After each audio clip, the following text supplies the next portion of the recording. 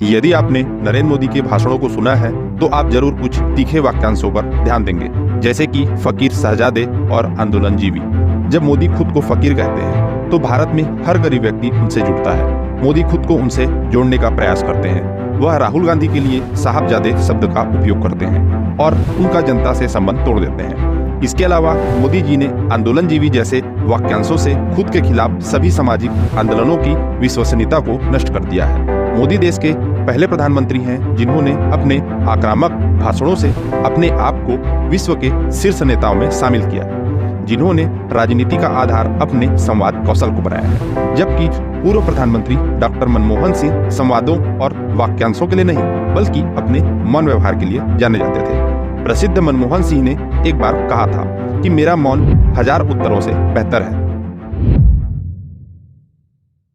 दोनों प्रधानमंत्रियों का सोचने का तरीका भिन्न है और उनकी राजनीति भी पूरी तरह अलग है।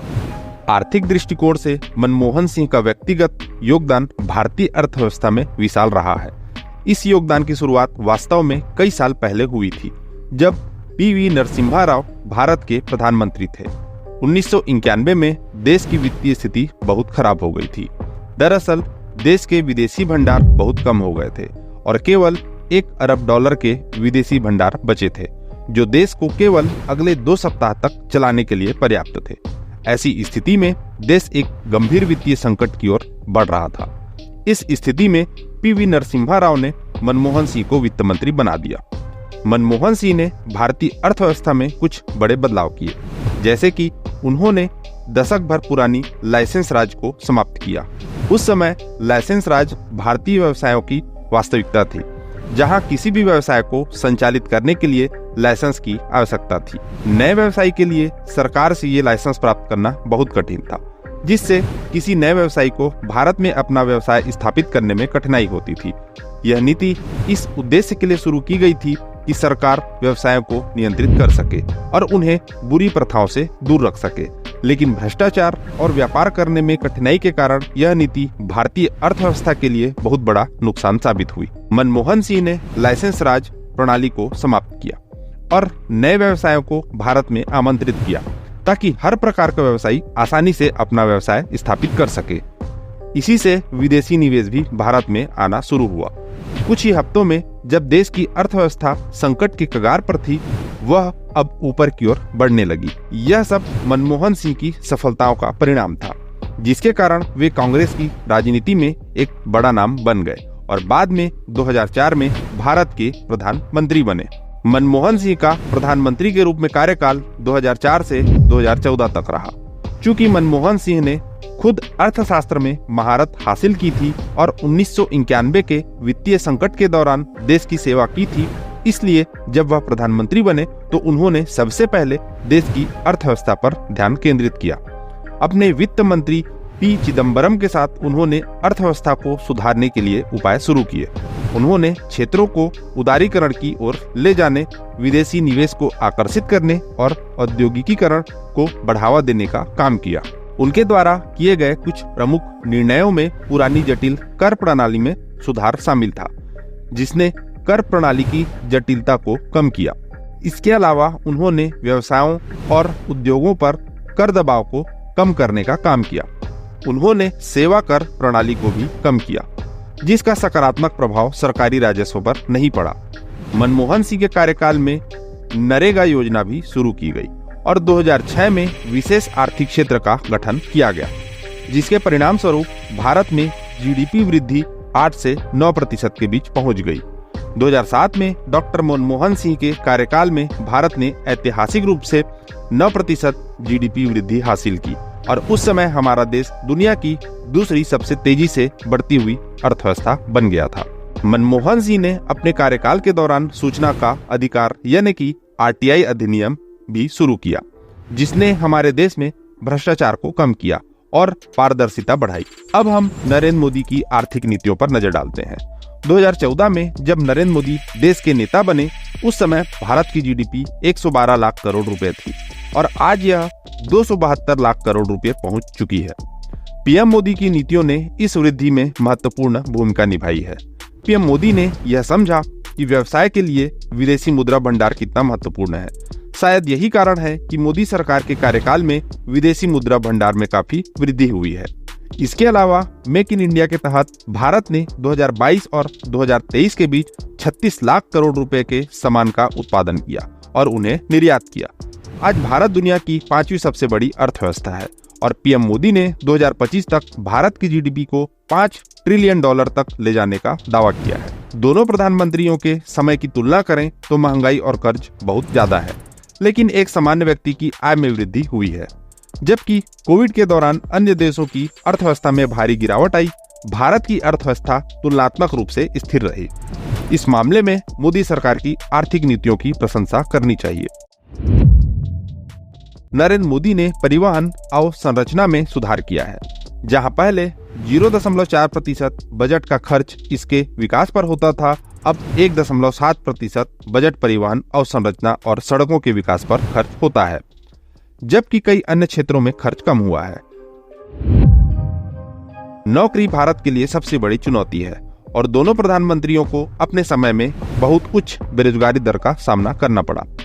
डॉक्टर मनमोहन सिंह का प्रधानमंत्री के रूप में दूसरा कार्यकाल 2009 में शुरू हुआ। विश्व बैंक के अनुसार 2009 में भारत में बेरोजगारी दर 8.4% थी, लेकिन पीएम मोदी के 2014 में आने के बाद बेरोजगारी दर 8% तक गिर गई। फिर 2017-18 के वित्तीय वर्ष में बेरोजगारी दर 6.1% पर पहुंच गई। वर्तमान में भारतीय अर्थव्यवस्था के आंकड़ों के अनुसार बेरोजगारी दर 8.5% है। इसका मतलब यह है कि भारत में बेरोजगारी की दर लगातार बढ़ रही है, जो हमारे देश के श्रमिक क्षेत्र के लिए एक चिंताजनक आंकड़ा है। महंगाई भी पिछले वर्षों में उच्च रही है। वास्तव में महंगाई और बेरोजगारी की समस्या जनसंख्या से सीधे जुड़ी है, जो हर साल बढ़ती है। वर्तमान वर्ष में पिछले वर्ष की तुलना में अधिक बेरोजगारी देखी जा रही है। बढ़ती जनसंख्या दोनों प्रधानमंत्रियों के लिए एक बड़ी चुनौती रही है, लेकिन किसी भी सरकार ने इस मुद्दे पर गंभीर विचार नहीं किया है। आज भारत ने जनसंख्या के मामले में चीन को पीछे छोड़ दिया है। अगर हम नौकरी के विकास की बात करें तो पीएम मोदी के समय में 2015-16 के बीच नौकरी क्षेत्र में ज्यादा वृद्धि नहीं हुई। 2017 में यह 4% बढ़ी और 2018 में यह घटकर 3% रह गई। जबकि डॉक्टर मनमोहन सिंह के समय में 2006 से 2009 के बीच नौकरी में औसत वृद्धि 3.5% थी, जबकि 2010 से 2014 के बीच यह औसत 2.6% थी। कृषि किसी भी देश की रीढ़ मानी जाती है, इसलिए दोनों सरकारों ने कृषि क्षेत्र में बहुत काम किया। जैसे ही डॉक्टर मनमोहन सिंह ने सत्ता में कदम रखा, उन्होंने किसानों के कर्ज माफ करने का काम किया। खाद्य सुरक्षा बिल भी लाया गया ताकि भूख, पोषण और खाद्य सुरक्षा जैसे चुनौतियों को ध्यान में रखा जा सके। इस योजना के तहत सरकार का उद्देश्य देश की जनसंख्या को सस्ते दामों पर अनाज उपलब्ध कराना था। 65% जनसंख्या को इस बिल का लाभ मिला और ग्रामीण क्षेत्रों में 75% जनसंख्या को इस बिल से फायदा हुआ। जबकि मोदी सरकार ने भी कृषि क्षेत्र में बड़े कदम उठाए हैं, जैसे सौर पैनल योजना, दूध उत्पादन में वृद्धि, नीली क्रांति और मीठी क्रांति की शुरुआत। पीएम मोदी के तहत कृषि बजट में 5.6 गुना वृद्धि हुई है। इसके अलावा मोदी सरकार ने 3 नए कृषि कानून लाए थे, जिनमें से पहले थे प्रमोशन एंड फैसिलिटेशन बिल, जिसका उद्देश्य कृषि उत्पादों के मार्केटिंग में सुधार करना और किसानों को उनके उत्पादों के लिए उचित मूल्य दिलाना था। दूसरा कानून आवश्यक वस्तु संशोधन अधिनियम ने आवश्यक वस्तुओं की बिक्री और भंडारण को नियंत्रित करने वाले कानूनों को आसान बनाया। तीसरा कानून कृषि उत्पादन व्यापार और वाणिज्य संवर्धन और सुविधा अधिनियम था, जो किसानों को अपनी उपज को स्वतंत्र रूप से बेचने की अनुमति देता था, लेकिन इस पर व्यापक विरोध हुआ। किसानों के विरोध और आंदोलन ने इन कानूनों को खत्म करने का दबाव बनाया, जो दिखाता है कि किसान समुदाय में असंतोष और चिंता थी। अंततः मोदी सरकार ने 2021 में ये कानून वापस ले लिए। किसानों का ये आंदोलन बताता है कि किसी भी नीति का क्रियान्वयन कितना महत्वपूर्ण है और यह किसानों के जीवन पर कितना प्रभाव डालता है। स्वास्थ्य क्षेत्र में डॉक्टर मनमोहन सिंह ने राष्ट्रीय स्वास्थ्य नीति का शुभारंभ किया और स्वास्थ्य बीमा योजना की शुरुआत की, जिसमें गरीबों के लिए सस्ती स्वास्थ्य सेवाएं उपलब्ध कराई गई। उनके कार्यकाल में स्वाइन फ्लू जैसी बीमारियों से निपटने के लिए उचित कदम उठाए गए। वहीं पीएम मोदी ने आयुष्मान भारत योजना शुरू की, जिसका उद्देश्य गरीबों को स्वास्थ्य बीमा प्रदान करना है। इस योजना के तहत प्रति परिवार को 5 लाख रुपए का स्वास्थ्य बीमा उपलब्ध कराया गया है। यह योजना देश के लाखों लोगों को स्वास्थ्य सेवाओं का लाभ देने में सफल रही है, जिससे उन्हें गंभीर बीमारियों का इलाज सस्ते में कराने का अवसर मिला है। शिक्षा के क्षेत्र में डॉक्टर मनमोहन सिंह ने कई नई योजनाओं की शुरुआत की, जैसे कि राइट टू एजुकेशन, जिसने सभी बच्चों के लिए शिक्षा का अधिकार सुनिश्चित किया।